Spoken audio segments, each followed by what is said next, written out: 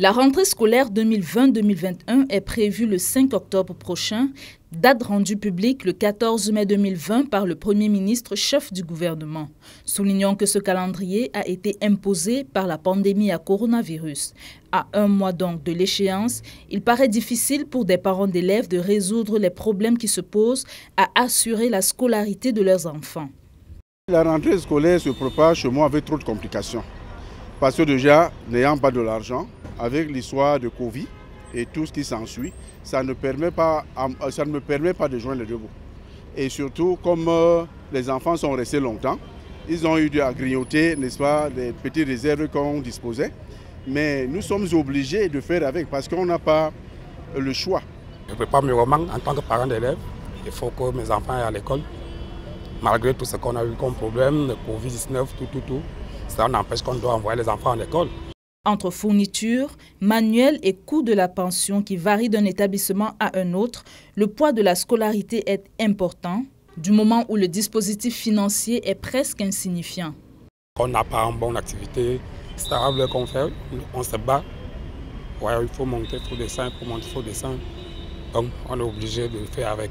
Au niveau de l'université, on croirait que c'est cher, mais ce n'est pas aussi cher comme dans des petites écoles. Parce qu'un enfant du jardin, parfois sa pension monte à 200 000, sans compter le nécessaire, sans compter la tenue, sans compter ce qu'il doit amener pour manger à l'école. C'est pour ça donc que c'est plus compliqué, surtout les parents qui ne travaillent plus. Ma dernière a fait l'entrée en 6e, on appelle ça From One. Mais ce n'est pas facile parce que le fait déjà d'aller regarder et de demander combien cela me coûte, j'ai constaté que rien que les inscriptions me coûtent plus de 21 000. Sans compter la tenue, parce qu'on m'a taxé la tenue à 20 000. On me dit donc maintenant que la pension en elle-même, c'est environ 105 000. Chaque année, la rentrée scolaire représente pour de nombreux parents une réelle préoccupation. Les situations des différentes crises économiques et sanitaires n'arrangent pas les choses. Néanmoins, des parents d'élèves s'organisent toujours à faire de leur mieux.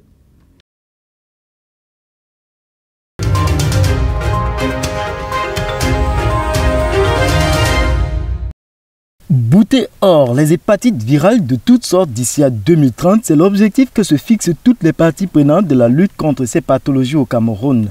Cette volonté manifeste tant les réflexions y relatives se multiplient. En l'occurrence, les acteurs de la lutte sont réunis à Douala dans le cadre d'un forum international de 2 jours ouvert ce 7 septembre sous le thème « Décentralisation de la prise en charge, approche santé publique pour vaincre l'hépatite virale ». Un choix de la thématique plutôt opportun.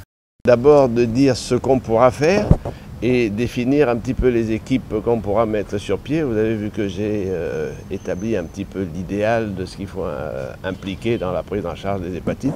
Je pense que ces équipes doivent se retrouver même en milieu rural le plus possible et comme ça la prise en charge sera optimale. Une décentralisation qui implique une prise en charge par des infirmiers et plus exclusivement par des médecins. Voir aussi de la prise en charge au niveau des infirmiers.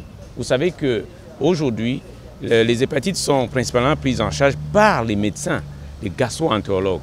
Il faudra qu'on arrive à ce que les hépatites soient, n'est-ce pas, traitées au niveau des centres de santé où il n'y a pas de médecins. Sous la coordination scientifique de la Société camerounaise de la gastro-entérologie, des protocoles de traitement qui seront proposés au cours des travaux donneront plus d'espoir de guérison aux malades, le volet des coûts y étant pris en compte. Nous avions entrepris une lutte et une approche par rapport aux fabricants de médicaments sur le plan international et nous avions réussi à faire casser ces prix et le ministère nous a aidés en supplément en recassant les prix déjà cassés, ce qui fait que les prix que nous avons actuellement sur le marché sont extrêmement bas. Pour un domaine aussi délicat que la santé, il est plus qu'indispensable dans le processus de prise en charge que l'on pense à la formation. Les personnes en charge devront avoir une certaine formation, une certaine connaissance pour maîtriser, n'est-ce pas, les indications des traitements, pour maîtriser les effets secondaires. Les médicaments ont toujours des effets secondaires, il faut le dire, maîtriser les effets secondaires et surtout suivre le malade. Comment peut-on entrevoir, avec la logique de la couverture santé universelle au Cameroun, la décentralisation dans la prise en charge des hépatites? Je pense que la couverture santé universelle, nous sommes dans un processus. Pour le moment, il y a un partenariat privé-public qui a été mis en place. Et puis maintenant, nous attendons la mise en œuvre. Donc au fur et à mesure, toutes les pathologies seront enrôlées dans la couverture santé universelle. Le processus se poursuit donc. Il convient toutefois de rappeler que le taux de prévalence au Cameroun pour ce qui est de l'hépatite C est de 12%. En guise d'exhortation, les enfants doivent être vaccinés à la naissance tant ils n'en sont pas moins exposés.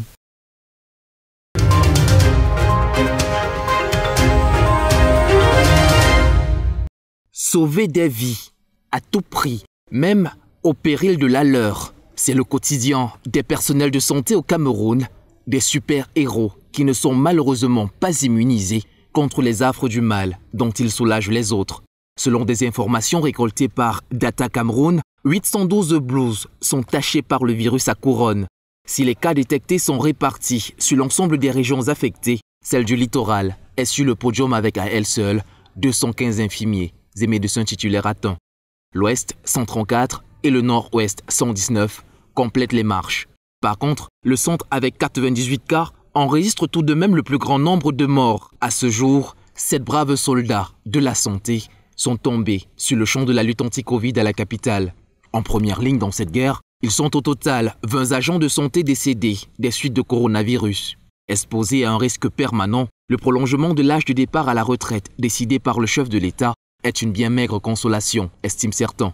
Quoique, elle porte dans l'esprit le témoignage de la gratitude et de la reconnaissance des sacrifices consentis. Avec 19 409 cas confirmés au Cameroun, le combat contre la maladie continue. Un combat à la fois test et épreuve pour ceux qui ont prêté serment de sauver quoi qu'il en coûte.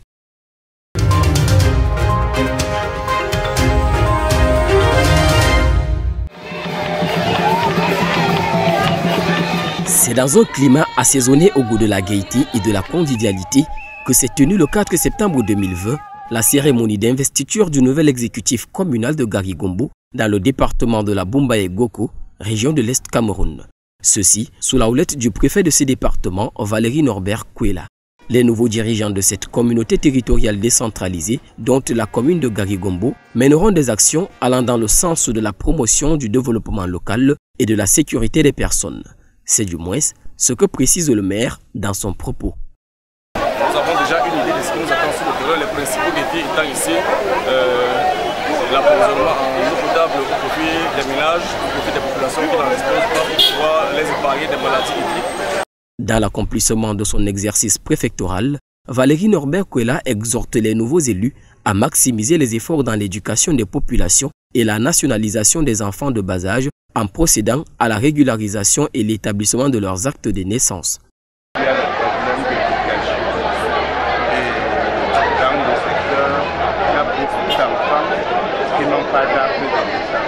Au cours de cette cérémonie, faut-il le rappeler, le nouveau maire a reçu l'onction des chefs traditionnels de l'arrondissement de Garigombo ainsi qu'une promesse d'accompagnement dans sa nouvelle aventure.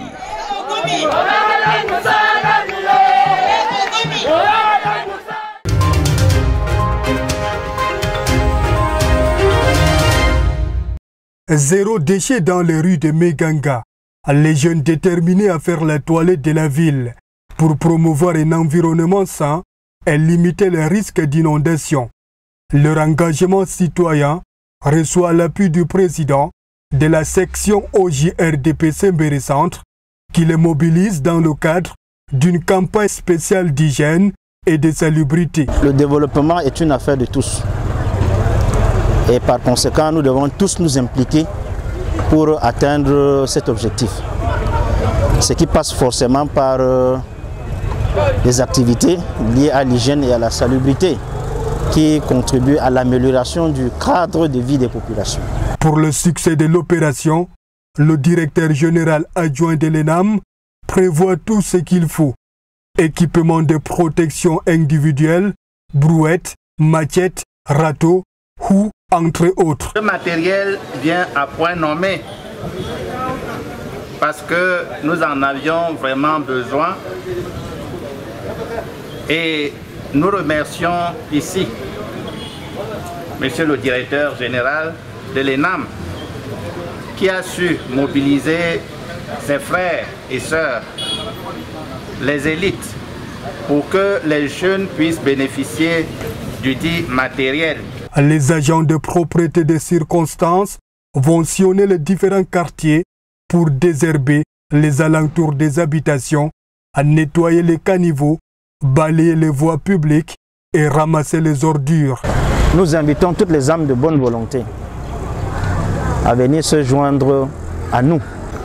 Et c'est le lieu pour moi donc de remercier ceux qui nous ont appuyés pour la mise en œuvre de cette activité. Je parle notamment de l'honorable Mokhtar Hamadama. Je fais référence à M. Ousmane Diaby, qui est directeur au ministère de la Santé publique, et ainsi qu'à tous les membres de la section OJRDPC. En guise de lancement, c'est le quartier Fulbéré qui a reçu le premier coup de balai et des pioches en présence du sous-préfet et sous le regard admiratif des habitants.